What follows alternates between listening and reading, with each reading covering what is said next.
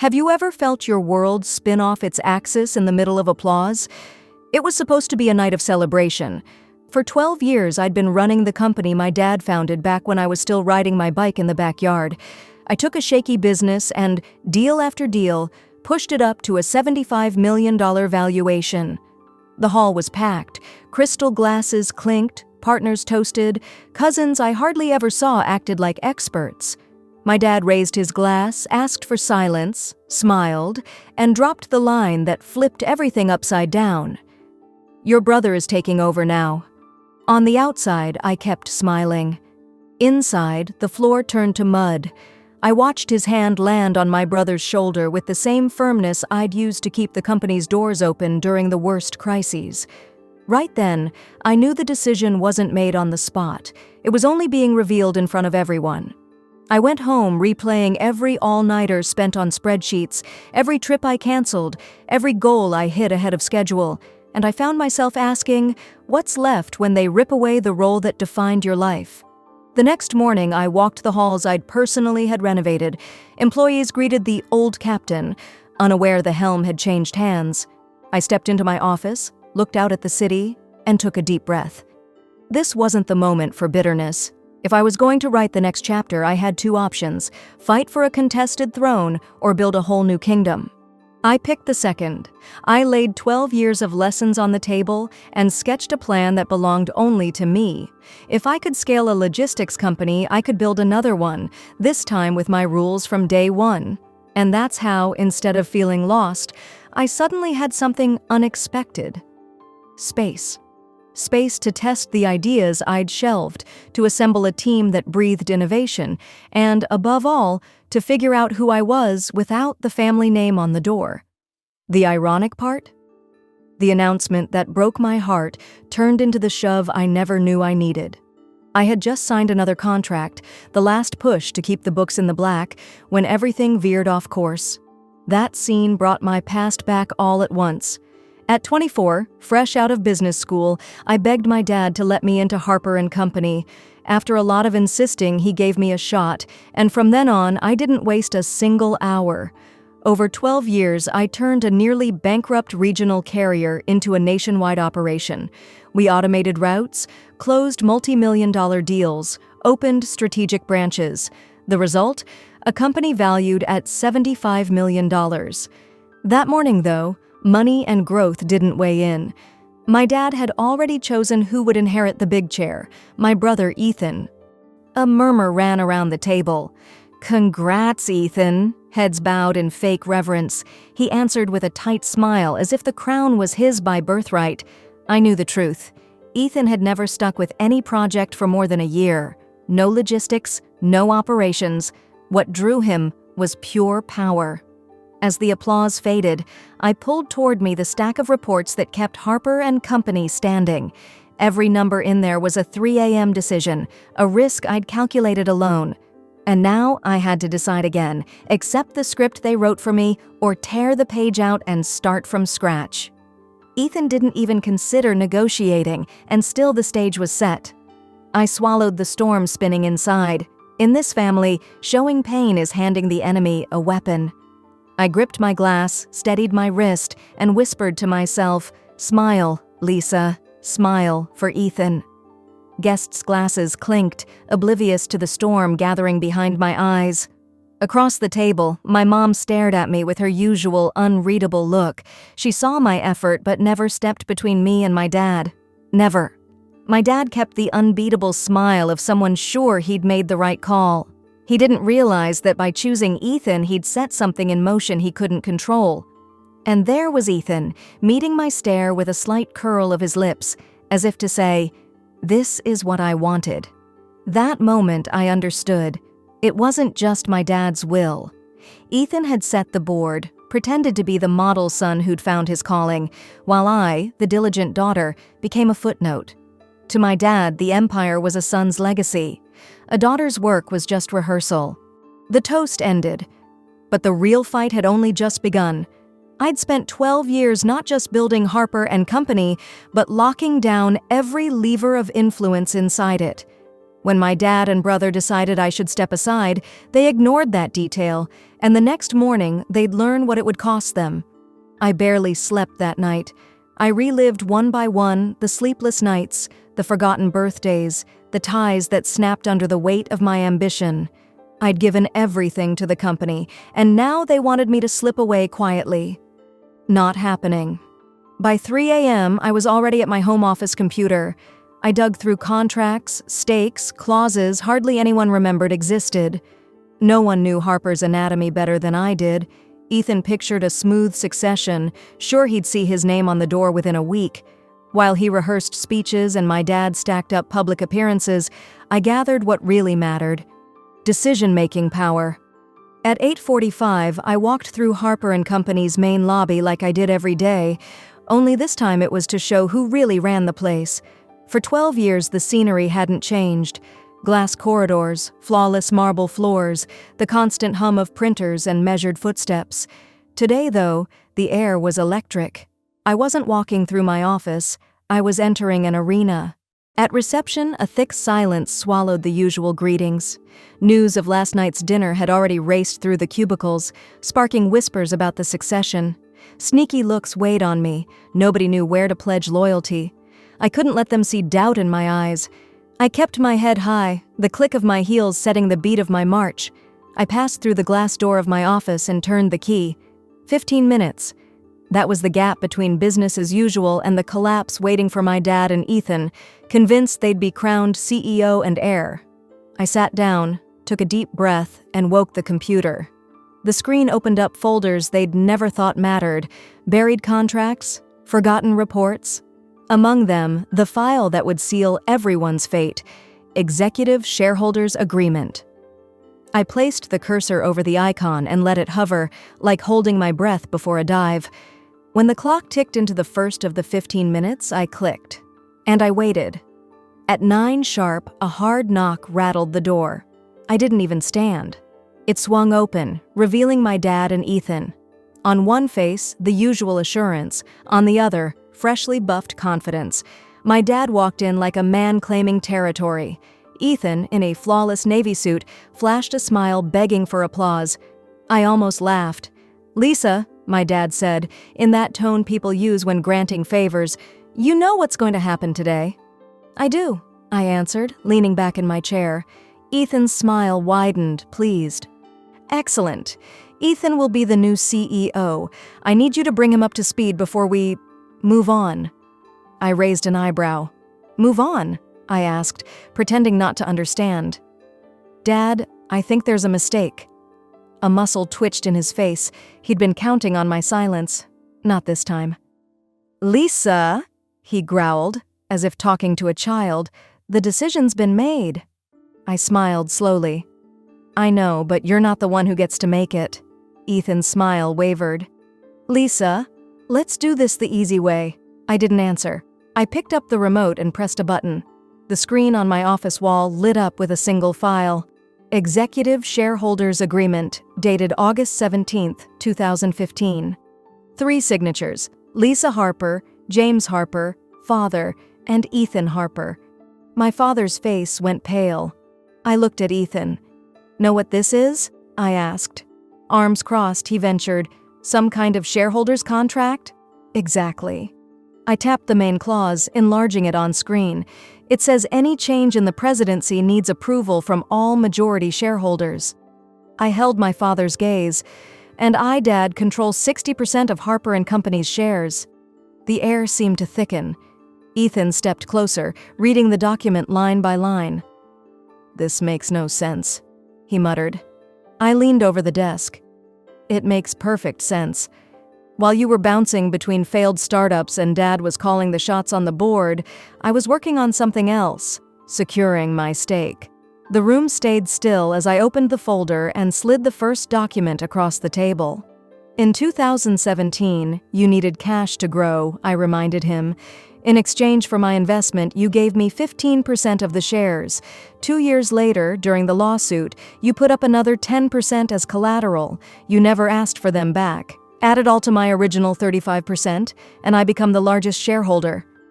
My father's jaw clenched. Ethan, beside him, lost all color. "You've got to be kidding," he whispered, breathless. I picked up a second paper. "This is the most recent registry office filing. Looks right?" Ethan snatched the document, read one line, then another. His hands shook. "Dad, tell her this is impossible." Nothing. My father knew the game was over before it started. I stood, keeping my voice steady. "I'm not firing you, Ethan. You can stay, but from now on, you report to me. If you'd rather not, the door's open." He looked to my father for help, but got nothing. The company was mine now. The silence filling the office said the rest, and no one dared break it. Ethan was crushing the contract, his knuckles white. Next to him, my father remained still, expression unreadable. But I knew the math behind that silence. There was no way out. I'd spent years preparing for this moment, not because I expected betrayal, but because I learned that where there's power, loyalty is negotiable. My father looked at me like I was a stranger. Maybe I always had been. "So that's it?" Ethan's voice was rusty. "You're taking everything." I let out a dry laugh. "Taking everything?" "Ethan, I'm the one who built this company. Every contract, every expansion, every idea that kept the lights on, that was me. While you failed upward, I held the helm. I'm not taking anything. I'm keeping what's already mine." His face vibrated with anger, but the words wouldn't come. He knew. My father knew too. For years he believed a last name mattered more than competence, that the natural heir would get the prize. He underestimated me. Now he was paying for it. At last my father broke the silence. "Lisa, this is a mistake. The family needs to stay together. Do you really want to burn this bridge?" I stared without blinking. "Dad, the bridge burned the moment you tried to cross it without me." Silence. The whole room held its breath as I slid the contract over the glass table. I kept my eyes on the two men in front of me, steady, until my father pressed his lips into a hard line. "The business is bigger than any of us," he said, trying to sound conciliatory. "There's always a way that works for everyone." I tilted my head as if weighing the offer. Then I broke the silence. "I agree. That's why I'm here with a choice." I turned first to Ethan. "You stay in the company, but not as CEO. You'll act as a consultant, limited authority, decent salary, benefits, but you answer to me." He stiffened. I left no room for protest. "Or," I went on, "you walk out today. I buy your shares at market value. Take the money, start something new. Your call." My father let out a short laugh, more nervous than amused. "You talk like you're holding all the cards." I gave a sideways smile. "Because I am." The words hung heavy.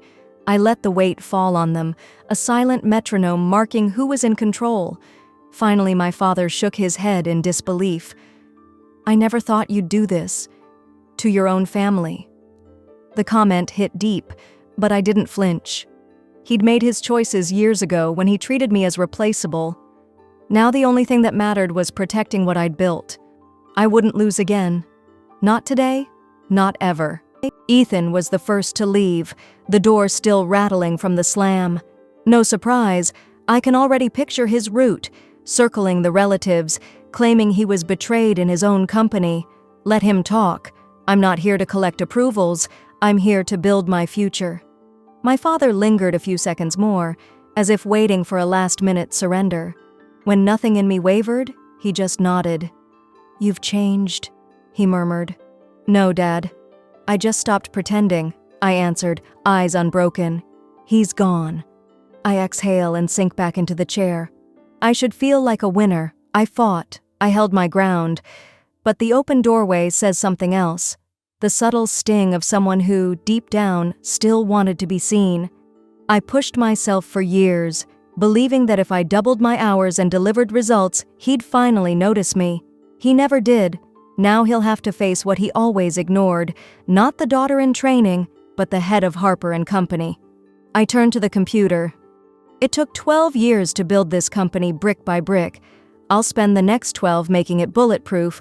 They tried to rip everything from me. In the end, it all slipped through their own fingers. I feel the silence in the office. No phone call from my dad, no passive-aggressive email from Ethan. Silence isn't peace, it's the sign that war has begun. Dad won't back off, and Ethan will fight for what he thinks is his birthright. I'm not naive. Nothing ended here. This was only the opening move. The moment I walked through reception that morning, I felt the tension. Greetings that had sounded confident the week before were cautious now. Some department heads walked past with their heads down. It wasn't hard to see why. Dad and Ethan had fired up the old favor network, advisors, senior execs, family friends. The plan: spread the word that I was cold, ruthless, even disloyal. Ethan especially paraded around like the betrayed son, acting hurt in expensive cafes while telling investors I had stolen his company. As for Dad, all it took was a measured sigh and the right line. I just want what's best for my children. People filled in the rest themselves. If they could turn the board against me, my seat would be at risk. There was no time to lose. That afternoon, I called an emergency meeting. Walking into the boardroom, I felt two kinds of stares, the ones avoiding my eyes and the ones hunting for a slip-up. I stopped at the head of the table, the seat I earned. "Let's get to the point," I said, keeping my voice calm. "I know rumors are flying behind the scenes. Today, we clear everything up before someone decides for us." Total silence. This was the exact space to flip the game, and I planned to fill it. I slowly let my gaze sweep the room. Every face I locked onto shifted, trying to dodge my attention. "Some of you are wondering if my leadership can take the heat," I began, still calm. The silence that followed was answer enough. I tapped the table, and the screen behind me lit up. Charts, trend lines, revenue bars. "In 5 years," I went on, "we took this company from a struggling regional outfit to $75 million in revenue. Revenue is up 300%, and we're already in 6 new markets." I turned to the CFO. "Paul, do the numbers show any risk under my watch?" He took 2 seconds, then shook his head. "None. On the contrary, we're projecting another 20% growth next quarter." I nodded. "So let's get to the real point." I leaned over the table. "My father and brother don't care about results. They expected me to step aside so Ethan could take over, no matter his competence or performance." The air got heavy, but I wasn't done. "I also know that in the last 24 hours some of you have been offered incentives to push for my resignation." I tilted my head slightly. "If you'd like to share those conversations, now's the time." Discomfort rippled down the row of executives. A senior director cleared his throat. "I got a call from your father," he murmured. "He talked about formally asking the board to remove you, and offered compensation." The murmur hit the room like a stone in water. I stayed silent, letting everyone sit with it. The next move was theirs, and they knew it. The moment came. I stood, exhaled, and let the silence settle over the room. "My father built this company," I began, meeting every eye at the table.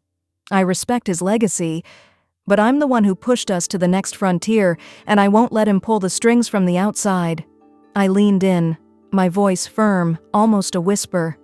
"If he wants a fight, he'll get a fight." I spread papers across the table, scanning the executives. "If anyone thinks my father and brother should take over, speak now." No one spoke. Not a hand moved. "All right." I packed up the documents and left, head high. This match wasn't just about ownership. It was about making sure they'd never think of taking it from me again. That night, I dialed one number. Not a counselor or investor, but the business desk. I planted the seed and hung up. By dawn, the headlines blared. "Harper & Coders changes hands. Lisa Harper flips the game on her own family. First move made, now to see the next." Hours later, my inbox blew up. Messages from journalists, shareholders, executives. Some cheered me on, others weighed the risks. Nearly all of them asked, "Is it true?" I left them waiting. I know Dad's bored. He lives off public perception. If he lost inside the boardroom, he'll try to win in the market's opinion. And that's exactly where I'll meet him. At exactly noon, the first shot arrived, polished and elegant. A press release, meticulously worded, and false from start to finish. Harper & Company is, and has always been, a family business. We regret recent events but remain committed to the values that built this company. Leadership changes are natural and we anticipate a smooth transition. Loose translation. Lisa is reckless. Lisa is unstable. Lisa can't work with others. I wasn't shocked. I exploded. I stayed in the office watching the news while analysts took turns judging my capacity. Did Lisa Harper move too fast? Will her independent stance cost the company? Can she survive this PR disaster? They talked as if I were a stock chart, not a person already plotting a counterstrike. If Dad and Ethan wanted open war, they'd get open war. No press conferences, no official statements. I grabbed my phone and called an old investigative journalist friend. "I've got something big," I warned, "but you have to move fast." An hour later, I sent a digital folder. Documents, emails, financial reports, internal records, proof that under Dad's watch, Harper & Kober had grown a garden of hidden debt and shady practices, which I'd been pruning quietly for 10 years. 24 hours was enough for the bomb to go off. Headlines blew up, expert panels popped up, shares swung. Suddenly, the story shifted, no longer about my alleged instability, but about the history of omissions I'd just laid bare. And that was only the first act. The article dropped at dawn and flipped the game. In it, indisputable numbers showed how I'd rescued Harper & Company's finances. The piece praised my steady hand, unpacked Dad's old mistakes, and made it clear the company was breathing only because I didn't back down. On the first read, the board went quiet. On the second, investors started writing checks again. Without allies, Dad was exposed. 2 days later, the phone rang. I let it ring 3 times before picking up. "Lisa." His voice was tight. "We need to talk." I leaned back. "Do we?" A heavy pause, then a sigh. "You didn't have to do that." I let out a dry laugh. "Neither did you." He tried to regain ground. The company was supposed to be a legacy. For the family. For both of you. For a second, I felt the old sting. I used to want the same. Not anymore. "Dad," I said quietly, "if you wanted me to protect the legacy, you just had to trust me. Instead, you tried to push me away." Silence returned, longer this time. Then he asked, almost in a whisper, "So what now?" I took a deep breath, letting each word land with calculated weight. "Now I'll make sure Harper & Company never slips out of my hands again. End of the war." When they confirmed Ethan had vanished and my dad had lost the fight, the victory was mine, but there was no celebration. Sitting by my office window, the city felt distant, and the silence weighed more than any trophy. For 12 years, I built Harper & Company brick by brick, defending every inch we'd taken. I got what I wanted, a solid, respected, feared company. In return, the family that made me fell apart right before my eyes. The next morning, I crossed the lobby like always. Nobody dared comment, but everyone knew. I wasn't just the CEO anymore.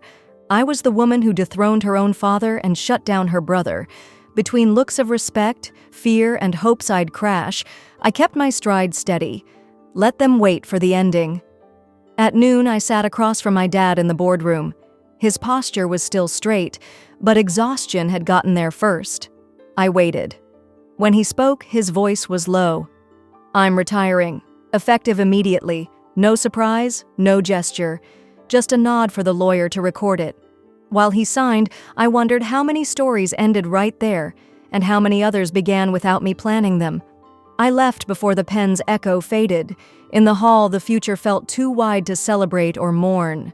There was still plenty of work, but this time I was walking alone. My dad leaned over the table and got to the point. "I'm selling the shares I've got left. I'll keep a tiny slice silent investor style. I'm out." I held his gaze. "And Ethan?" His jaw tightened before he answered. "He took the payout and left. He's not coming back." I'd expected that. Ethan never fought to the end. He always backed off when he saw defeat coming. Even so, hearing it confirmed hurt, not out of regret or guilt, but because it was a full stop. I nodded. He let out a slow breath and rubbed his temple like a migraine was setting in. After a long silence, he said something I never thought I'd hear.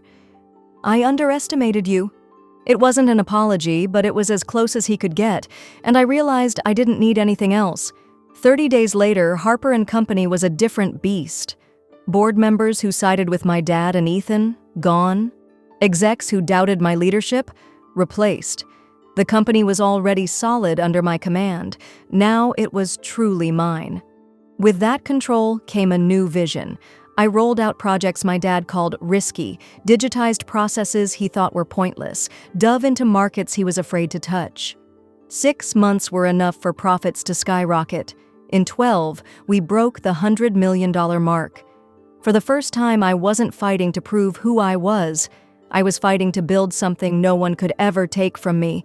Exactly 12 months ago, I swore I'd never share a table with my dad again. Yet that night, there we were, 2 ex-partners in blood, face to face, separated by a pair of glasses and all the past between us. He raised his drink first. "Heard about the latest deal," he said, unhurried. "Nice move." I answered his praise with half a smile. The man who used to talk like he was handing down sentences now sounded calm, almost light. No battles left to win, just the bare fact he'd tried to hold me back, and failed. We toasted. For the first time, I felt no anger, no need for approval. I felt peace. I'd already gotten where I wanted. Cut to today. I'm up in my office, the whole city pulsing beyond the glass. As I sketch Harper & Company's next step, I replay what I've learned on this road. Family can be an obstacle. Loyalty is a trade-off, not a lifelong contract. Power isn't handed over, you take it. And most important, nobody has to knock on the right door when they can build their own. I carry no regrets. The name on the building is mine now, and I plan to make it ring as a synonym for the impossible made real. Those who once tried to silence me will have to watch from the front row, because this time the story ends with me in charge.